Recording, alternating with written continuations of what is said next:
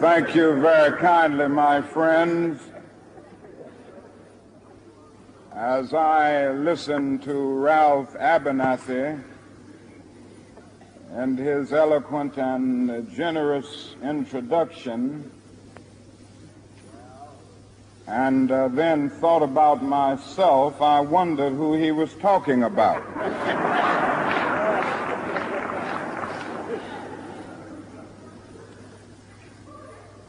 It's always good to have your closest friend and associate to say something good about you.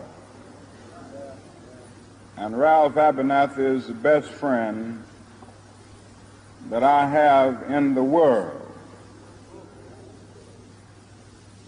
I'm delighted to see each of you here tonight in spite of a storm warning. You reveal that you are determined to go on anyhow. Something is happening in Memphis, something is happening in our world. And you know, if I was standing at the beginning of time with the possibility of taking a kind of general and panoramic view of the whole of human history up to now, and the Almighty said to me, Martin Luther King, which age would you like to live in? I would take my mental flight by Egypt, and I would watch God's children in their magnificent trek from the dark dungeons of Egypt through, or rather across the Red Sea, through the wilderness on toward the Promised Land.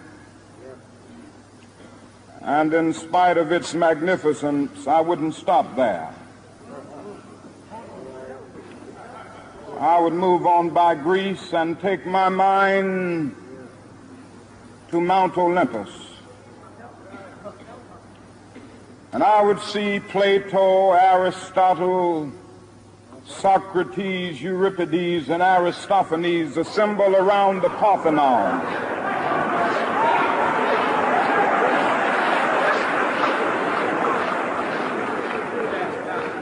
And I would watch them around the Parthenon as they discussed the great and eternal issues of reality, but I wouldn't stop there. I would go on even to the great heyday of the Roman Empire. And I would see developments around there through various emperors and leaders. But I wouldn't stop there. I would even come up to the day of the Renaissance and get a quick picture of all that the Renaissance did for the cultural and aesthetic life of man, but I wouldn't stop there. I would even go by the way that the man for whom I'm named had his habitat. And I would watch Martin Luther as he tacks his 95 Theses on the door at the Church of Wittenberg, but I wouldn't stop there. I would come on up even to 1863 and watch a vacillating president by the name of Abraham Lincoln finally come to the conclusion that he had to sign the Emancipation Proclamation, but I wouldn't stop there.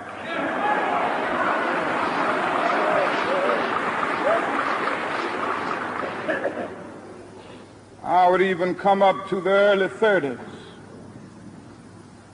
and see a man grappling with the problems of the bankruptcy of his nation and come with an eloquent cry that we have nothing to fear but fear itself. But I wouldn't stop there. Strangely enough, I would turn to the Almighty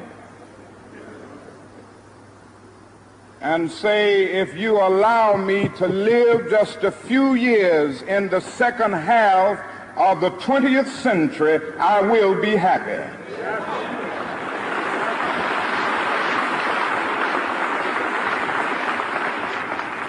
Now, that's a strange statement to make because the world is all messed up. The nation is sick. Trouble is in the land, confusion all around. That's a strange statement. But I know somehow that only when it is dark enough can you see the stars. And I see God working in this period of the 20th century in a way that men in some strange way are responding. Something is happening in our world. The masses of people are rising up, and wherever they are assembled today, whether they are in Johannesburg, South Africa, Nairobi, Kenya, Accra, Ghana, New York City, Atlanta, Georgia, Jackson, Mississippi, or Memphis, Tennessee, the cry is always the same: we want to be free.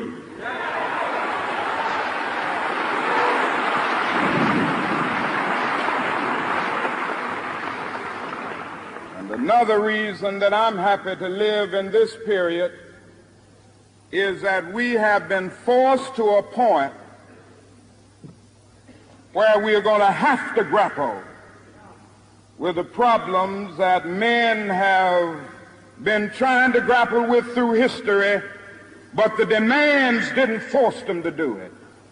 Survival demands that we grapple with them. Men for years now have been talking about war and peace, but now no longer can they just talk about it. It is no longer the choice between violence and nonviolence in this world. It's nonviolence or non-existence. That is where we are today.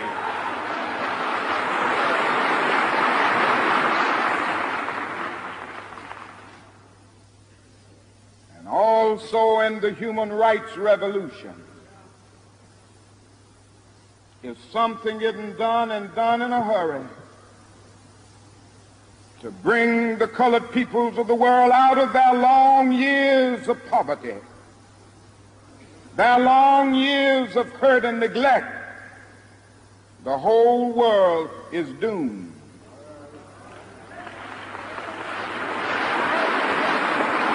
Now, I'm just happy that God has allowed me to live in this period, to see what is unfolding. And I'm happy that he's allowed me to be in Memphis. I can remember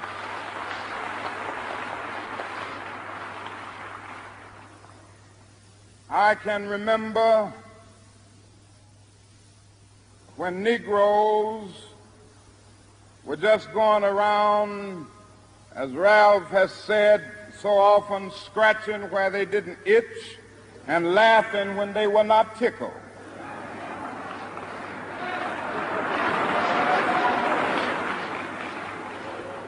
But that day is all over.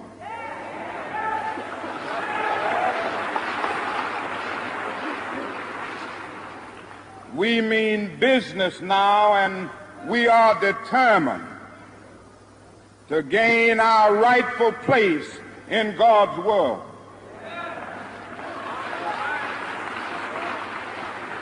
And that's all this whole thing is about. We aren't engaged in any negative protest and in any negative arguments with anybody. We are saying that we are determined to be men. We are determined to be people. We are saying We are saying that we are God's children. And if we are God's children, we don't have to live like we are forced to live. Now, what does all of this mean in this great period of history? It means that we've got to stay together. We've got to stay together and maintain unity. You know, whenever Pharaoh wanted to prolong the period of slavery in Egypt, he had a favorite formula for doing it. What was that? He kept the slaves fighting among themselves.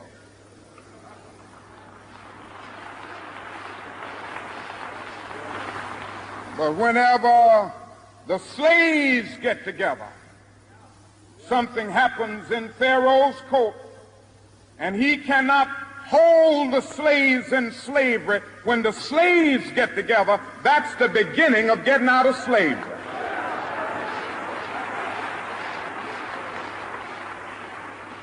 Now let us maintain unity. Secondly, let us keep the issues where they are. The issue is injustice. The issue is the refusal of Memphis to be fair and honest in its dealings with its public servants who happen to be sanitation workers.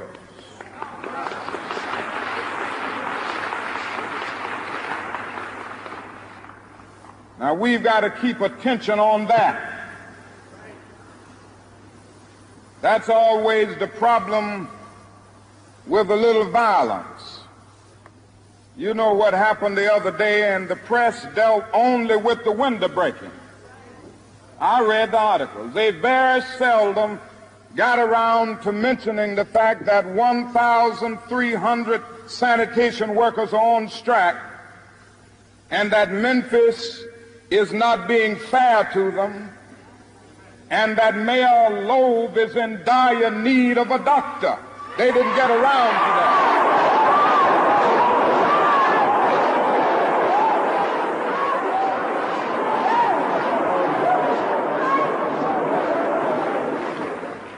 Now we're going to march again, and we've got to march again in order to put the issue where it is supposed to be.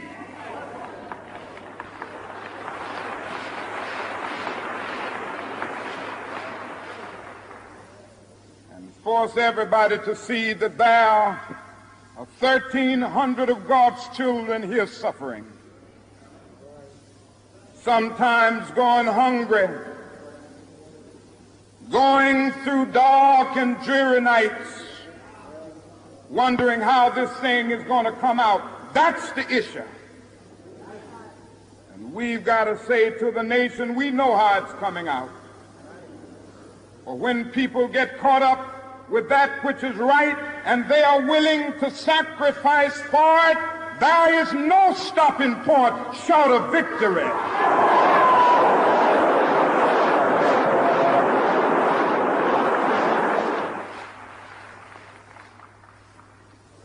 We aren't going to let any mace stop us. We are masters in our nonviolent movement in disarming police forces. They don't know what to do. I've seen them so often. I remember in Birmingham, Alabama, when we were in that majestic struggle there. We would move out of the 16th Street Baptist Church day after day. By the hundreds we would move out, and Bull Connor would tell them to send the dogs forth. And they did come. But we just went before the dogs singing, ain't gonna let nobody turn me around.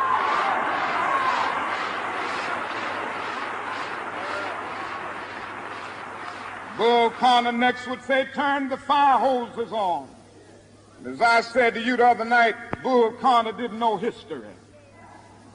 He knew a kind of physics that somehow didn't relate to the trans-physics that we knew about. And that was the fact that there was a certain kind of fire that no water could put out.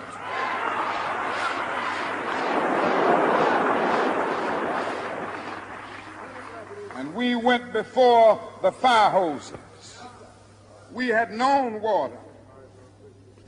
If we were Baptists or some other denominations, we had been immersed. If we were Methodists and some others, we had been sprinkled. But we knew water. That couldn't stop us.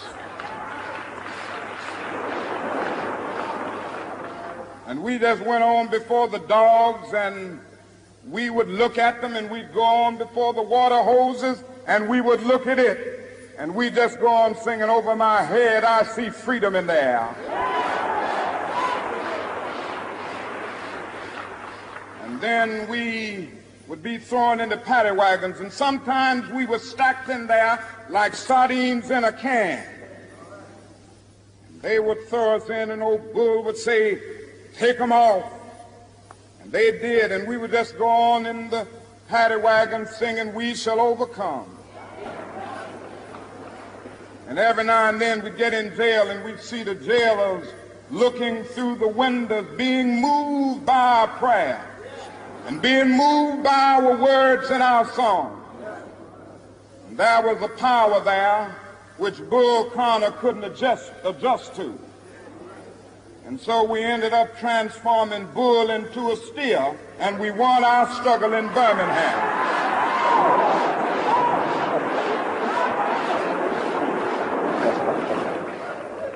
Now we've got to go on in Memphis just like that.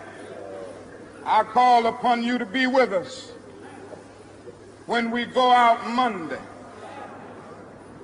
Now about injunctions. We have an injunction, and we're going into court tomorrow morning to fight this illegal, unconstitutional injunction. All we say to America is be true to what you said on paper.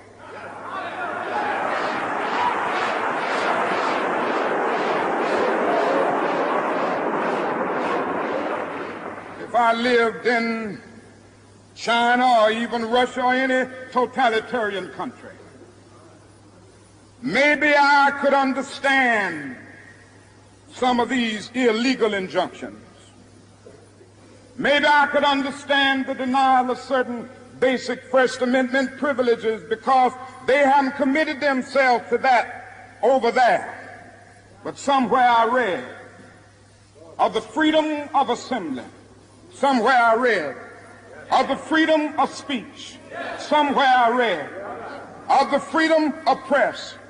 Somewhere I read that the greatness of America is the right to protest for right.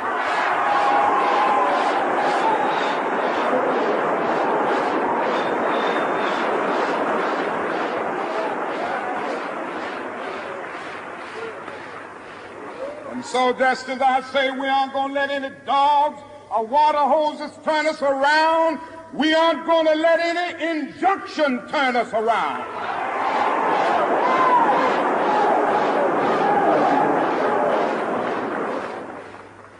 We are going on. We need all of you. And you know what's beautiful to me? Is to see all of these ministers of the gospel. It's a marvelous picture. Who is it that is supposed to articulate the longings and aspirations of the people more than the preacher? Somehow the preacher must have a kind of fire shut up in his bones. And whenever injustice is around, he must tell it. Somehow the preacher must be an Amos, who said, when God speaks, who can but prophesy? Again with Amos, let justice roll down like waters and righteousness like a mighty stream. Somehow the preacher must say with Jesus, the Spirit of the Lord is upon me because he has anointed me. And he's anointed me to deal with the problems of the poor. And I want to commend the preachers under the leadership of these noble men, James Lawson, one who has been in this struggle for many years. He's been to jail for struggling. He's been kicked out of Vanderbilt University for this struggling, but he's still going on fighting for the rights of his people.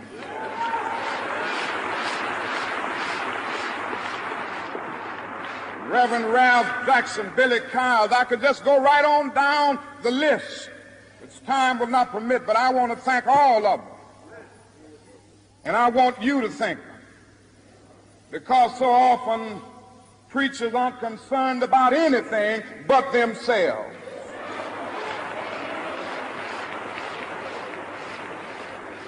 And I'm always happy to see a relevant ministry. It's all right to talk about long white robes over yonder in all of its symbolism. But ultimately, people want some suits and dresses and shoes to wear down here.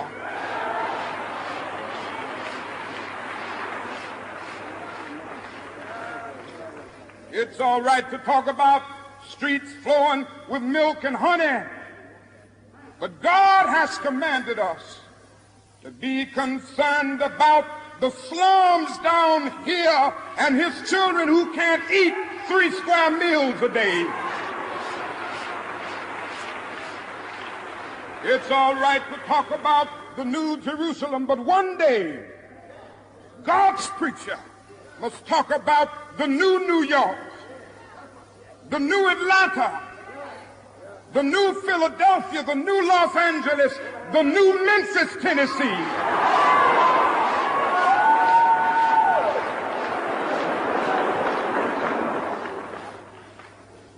This is what we have to do. Now, the other thing we'll have to do is this. Always anchor our external direct action with the power of economic withdrawal. Now, we are poor people. Individually, we are poor when you compare us with white society in America. We are poor. Never stop. Forget that collectively, that means all of us together, collectively we are richer than all the nations in the world with the exception of 9. Did you ever think about that? After you leave the United States, Soviet Russia, Great Britain, West Germany, France, and I can name others, the American Negro collectively is richer than most nations of the world. We have an annual income of more than $30 billion a year, which is more than all of the exports of the United States and more than the national budget of Canada. Did you know that? That's power right there if we know how to pool it.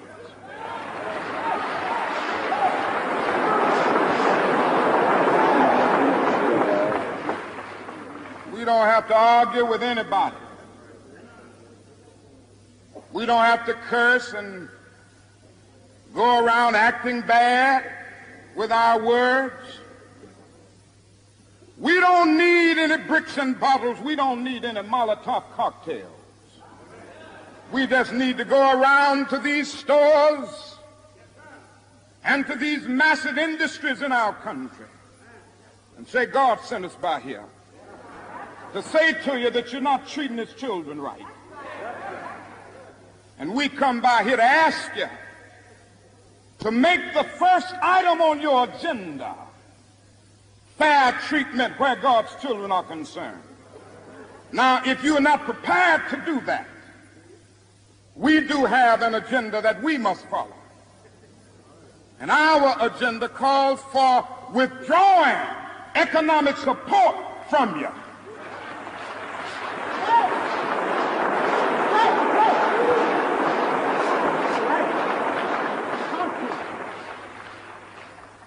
So as a result of this, we're asking you tonight to go out and tell your neighbors not to buy Coca-Cola in Memphis.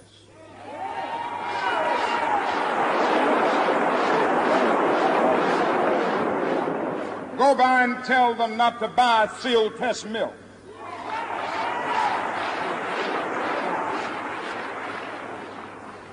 Tell them not to buy, what is the other bread? Wonder Bread. And what is the other bread, come to Jesse? Tell them not to buy Hart's bread.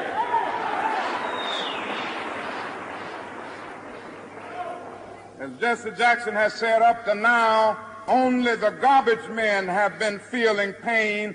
Now we must kind of redistribute the pain.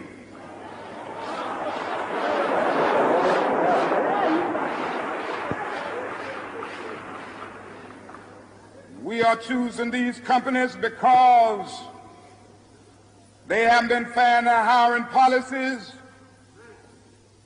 and we are choosing them because they can begin the process of saying they are going to support the needs and the rights of these men who are on strike. And then they can move on downtown and tell Mayor Loeb to do what is right.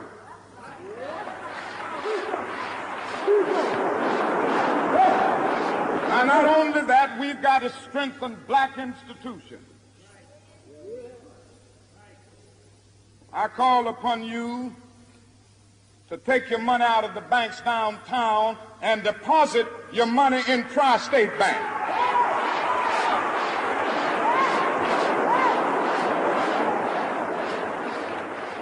We want a bank-in movement in Memphis. Go by the Savings and Loan Association. I'm not asking you something that we don't do ourselves in SCLC. Judge Hooks and others will tell you that we have an account here in the Savings and Loan Association from the Southern Christian Leadership Conference. We are telling you to follow what we are doing. Put your money there. You have 6 or 7 black insurance companies here in the city of Memphis. Take out your insurance there. We want to have an insurance in.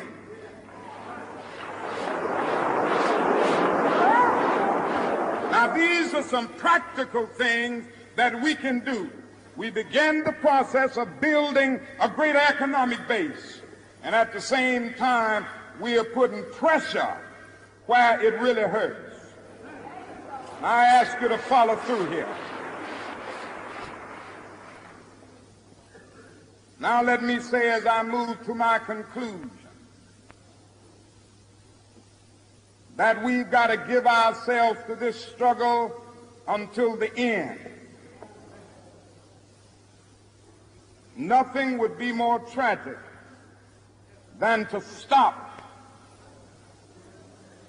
at this point in Memphis. We've got to see it through.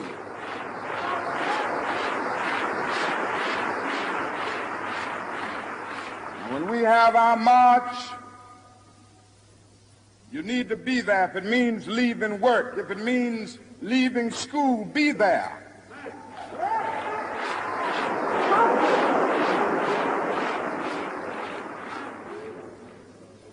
Be concerned about your brother. You may not be on strike, but either we go up together or we go down together.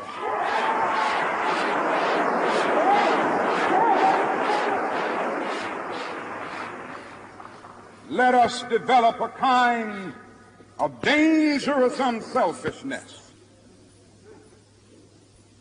One day a man came to Jesus, and he wanted to raise some questions about some vital matters of life. At points he wanted to trick Jesus and show him that he knew a little more than Jesus knew and throw him off base. Now that question could have easily ended up in a philosophical and theological debate. But Jesus immediately pulled that question from midair and placed it on the dangerous curve between Jerusalem and Jericho. And he talked about a certain man who fell among thieves. You remember that a Levite, and the priest passed by on the other side. They didn't stop to help him. Finally, a man of another race came by. He got down from his beast, decided not to be compassionate by proxy, but he got down with him, administered first aid, and helped the man in need. Jesus ended up saying this was the good man, this was the great man, because he had the capacity to project the eye into the thou and to be concerned about his brother. Now, you know, we use our imagination a great deal to try to determine why the priest and the Levite didn't stop. The times we say they were busy going to a church meeting, an ecclesiastical gathering, and they had to get on down to Jerusalem so they wouldn't be late for their meeting. At other times, we would speculate that there was a religious law that one who was engaged in religious ceremonials was not to touch a human body 24 hours before the ceremony. And every now and then we begin to wonder whether maybe they were not going down to Jerusalem, down to Jericho rather, to organize a Jericho Road Improvement Association. That's a possibility. Maybe they felt that it was better to deal with the problem from the causal root rather than to get bogged down with an individual effect. But I'm going to tell you what my imagination tells me. It's possible that those men were afraid. You see, the Jericho Road is a dangerous road. That's right. I remember when Mrs. King and I were first in Jerusalem. We rented a car and drove from Jerusalem down to Jericho. And as soon as we got on that road, I said to my wife, I can see why Jesus used this as the setting for his parable. It's a winding, meandering road. It's really conducive for ambushing. You start out in Jerusalem, which is about 1,200 miles, or rather 1,200 feet above sea level. And by the time you get down to Jericho,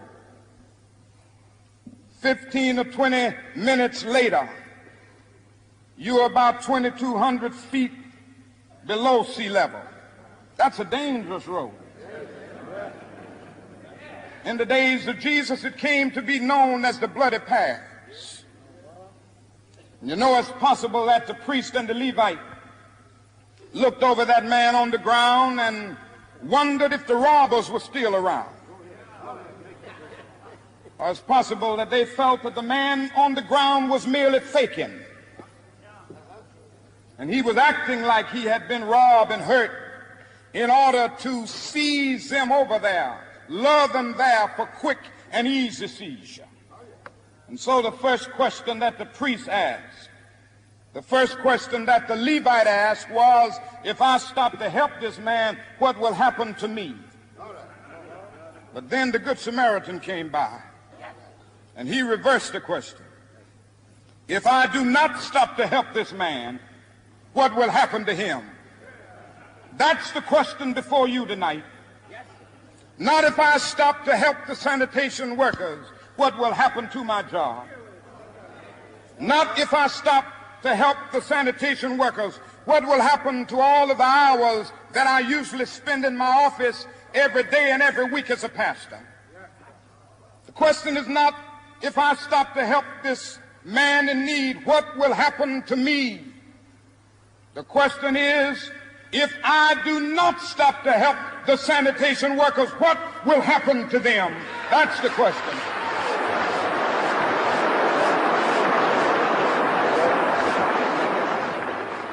Let us rise up tonight with a greater readiness. Let us stand with a greater determination, and let us move on in these powerful days, these days of challenge, to make America what it ought to be. We have an opportunity to make America a better nation. And I want to thank God once more for allowing me to be here with you. You know, several years ago I was in New York City autographing the first book that I had written. And while sitting there autographing books, a demented black woman came up.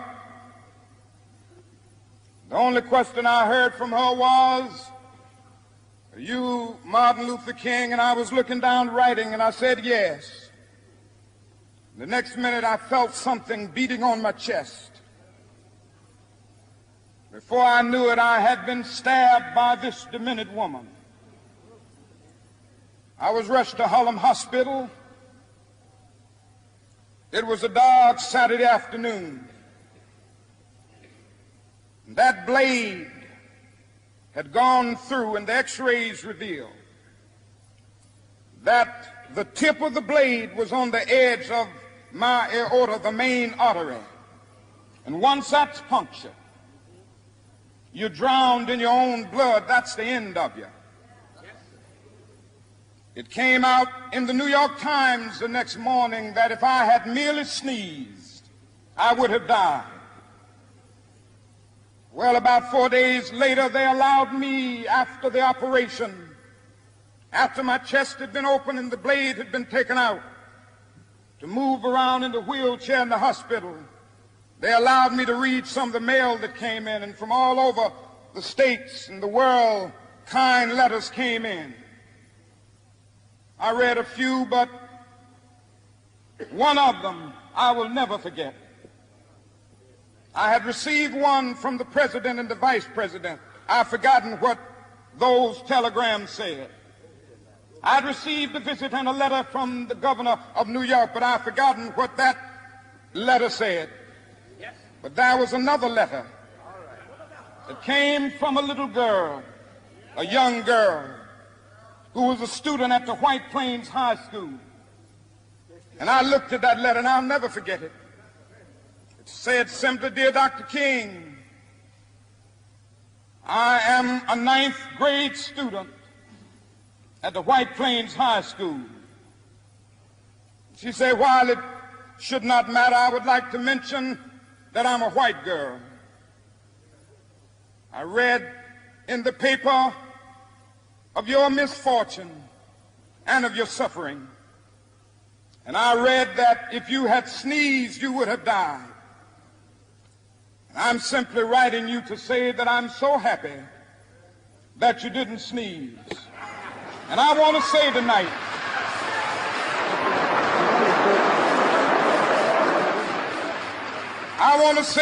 that I too am happy that I didn't sneeze, because if I had sneezed, I wouldn't have been around here in 1960, when students all over the South started sitting in at lunch counters.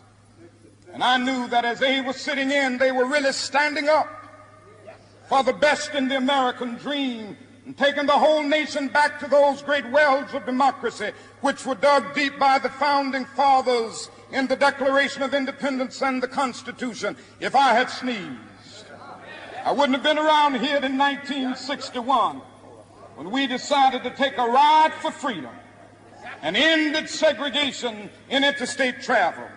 If I had sneezed, I wouldn't have been around here in 1962 when Negroes in Albany, Georgia decided to straighten their backs up.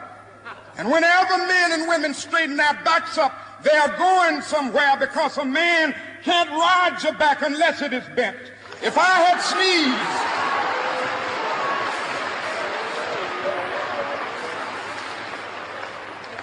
sneezed, I wouldn't have been here in 1963.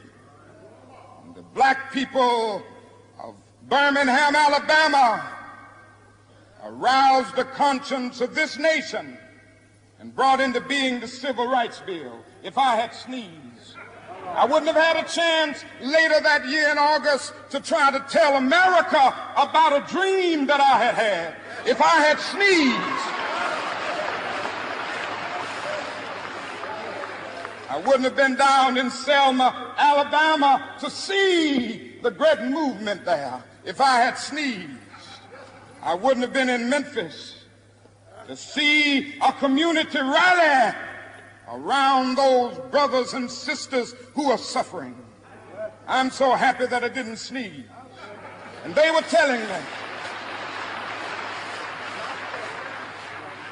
now it doesn't matter now. It really doesn't matter what happens now. I left Atlanta this morning, and as we got started on the plane, there were 6 of us. The pilot said over the public address system, "We are sorry for the delay, but we have Dr. Martin Luther King on the plane, and to be sure that all of the bags were checked, and to be sure that nothing would be wrong on the plane, we had to check out everything carefully, and we've had the plane protected and guarded all night." And then I got into Memphis, and some began to say the threats, or talk about the threats that were out, or what would happen to me from some of our sick white brothers. Well, I don't know what will happen now. We've got some difficult days ahead, but it really doesn't matter with me now, because I've been to the mountaintop. I don't mind. Like anybody, I would like to live a long life. Longevity has its place. But I'm not concerned about that now. I just want to do God's will. And He's allowed me to go up to the mountain. And I've looked over, and I've seen the promised land. I may not get there with you, but I want you to know tonight that we as a people will get to the promised land.